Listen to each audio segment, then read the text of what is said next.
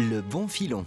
Et on fait un grand coucou à nos téléspectateurs ou auditeurs du sud du pays, du Luxembourg, du Grand-Duché peut-être même, puisqu'on va à Esch-sur-Alzette aujourd'hui avec Loïc Clairet. Bonjour Loïc. Bonjour. Alors vous avez beaucoup de casquettes, mais une, c'est le directeur des Francopholies d'Esch-sur-Alzette qui vont avoir lieu au mois de juin, du 6 au 9 juin prochain. C'est ça, oui. Ouais. Parmi les casquettes, vous êtes aussi le coordinateur ou l'administrateur de la Confédération des Francopholies, parce que c'est devenu une multinationale presque maintenant. Oui, c'est ça. Alors, il y a 7 francopholies à travers le monde. Ouais. Et donc oui, j'ai le plaisir et même l'honneur d'avoir la présidence de cette association. Ouais. Il y a des franco, il y a celle de La Rochelle évidemment, ça c'est l'endroit originel.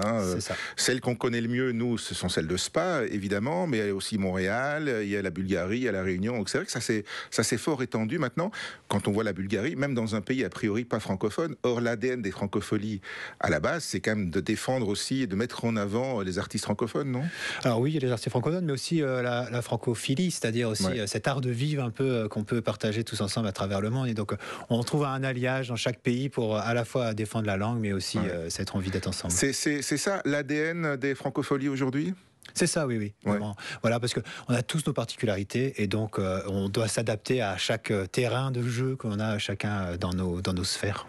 Alors je ne sais pas de quelle manière les francopholies se sont, comment dirais-je, ont grignoté le monde, mais celles d'Esch-sur-Alzette sont encore relativement jeunes, c'est la 4e édition? 4e édition, oui, tout à fait. On a eu une édition assez compliquée au départ, un démarrage en pleine période un peu complexe pour tout le monde. On voit de quelle période vous faites... Voilà, et donc on a fait 500 personnes avec des chaises et 1 mètre de distance entre tout le monde pour aujourd'hui arriver à une ambition de presque 40 000. Et sur 3 jours, avec un programme très varié et avec des axes différents d'un jour à l'autre. Hein. C'est un peu C'est ça, oui. Donc nous, on teinte un peu nos journées. Donc on a un vendredi plutôt rap, cultures urbaines, urbain. On a un samedi qui va être plutôt musique électronique, rock, voilà, avec Los Frequencies, Chaka Ponk comme tête d'affiche. Et puis une journée très familiale, puisqu'on va être sur la variété française. Et puis en clôture, David Guetta. Voilà, je vois des Charlotte Gardin, Zao de Sagazan, il y a donc Olivia Ruiz, Santa, donc il y a un peu pour toutes les générations aussi. Toutes les générations, toutes les envies, tous les publics, parce qu'on a un territoire particulier. Nous, on est au milieu de 4 pays finalement, et donc on a les Allemands, les Français, les Belges, les Luxembourgeois, donc des langues très différentes. Et donc on va chanter dans toutes les langues chez nous. Il n'y a pas que le français, et donc tout le monde va trouver ce qu'il a envie d'y voir. Par rapport aux franco, celles qu'on connaît, celles de Spa, ici Esch-sur-Alzette, on pourrait dire que c'est un peu plus intime quand même, ou bien ça a pris aussi énormément d'ampleur rien qu'en 4 ans?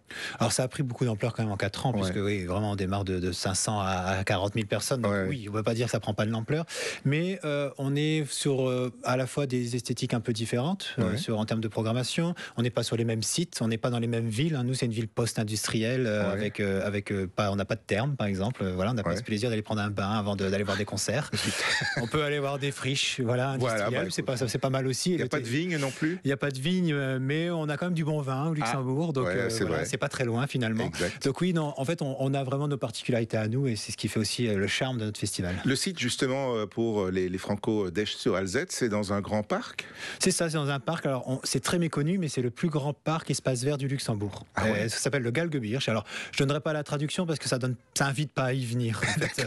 Donc je vais la garder pour moi. Mais en tout cas, c'est un magnifique parc qui surplombe la ville. Donc on a une vue incroyable sur toute la ville. On a des couchers du soleil, mais c'est magique. En fait, il faut venir parce qu'on va se prélasser, on est bohème, on est tranquille.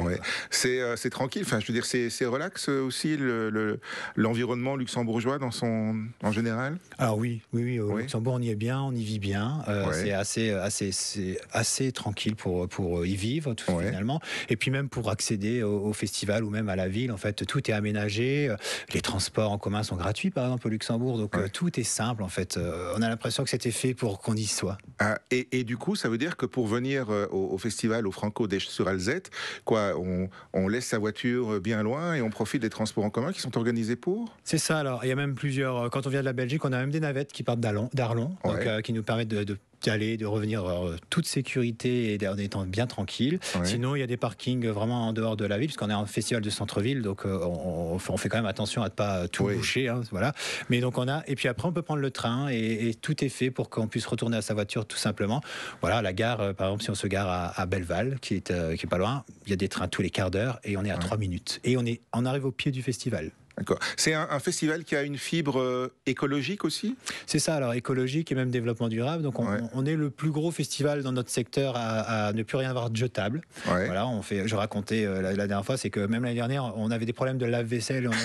On a fait 10 000 assiettes à la main. Ah oui, les parce assiettes. qu'on a les assiettes en fait et les gobelets. Ouais. Donc voilà, mais c'était une petite blague. On essaye, en fait, on teste plein de choses.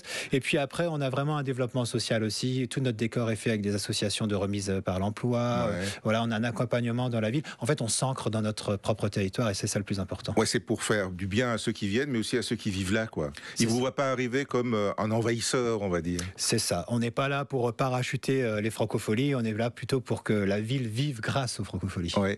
Avec des publics qui seront, j'imagine, très différents d'un jour à l'autre, mais il y a aussi des gens qui ont une grande ouverture d'esprit musical et qui donc, il y a des passes pour les 3 jours. Enfin, il y a différentes formules, quoi. C'est ça, oui, on peut venir pour les 3 jours ou on peut venir pour une journée parce qu'on a une affinité plus particulière sur un style ou sur un artiste. Ouais. Il y a une fonction découverte aussi au Franco d'Esch-sur-Alzette? Alors oui, parce que je pense que si je vous parle des artistes luxembourgeois, vous les connaissez pas. Ah non, il y a peu de chance. Peu de chance, et donc pourtant ils sont très bons. Donc il y a de la découverte, voilà là-dessus. Et puis après, cette association des francophiles à travers le monde nous permet aussi de faire des découvertes d'autres pays, parce qu'on on partage nos artistes. Hein. Donc moi j'accueille un Réunionnais cette année, mais on a déjà accueilli Charles qui a fait 5 francopholies la même année. Pierre Demar en a fait beaucoup aussi. Donc on fait nos découvertes à nous et puis les découvertes des autres, des copains, quoi. Bah, comme vous administrez aussi l'association des francopholies, fatalement vous êtes un peu, vous êtes connecté à tout le monde, quoi. C'est ça. Et on se voit tous les 3 semaines. Donc alors en visio, hein, parce qu'on ne peut pas se voir à Montréal et à Nouvelle-Calédonie tout le temps, mais en tout cas oui, on est. C'est très bon pour votre empreinte carbone. Hein. Non, c'est ça. Oui, et donc on est très connectés, oui. Ok, d'accord. Il y a aussi les franco-fabriques. Qu'est-ce que c'est? Alors ça, c'est un dispositif d'accompagnement, notamment des artistes luxembourgeois, à la scène.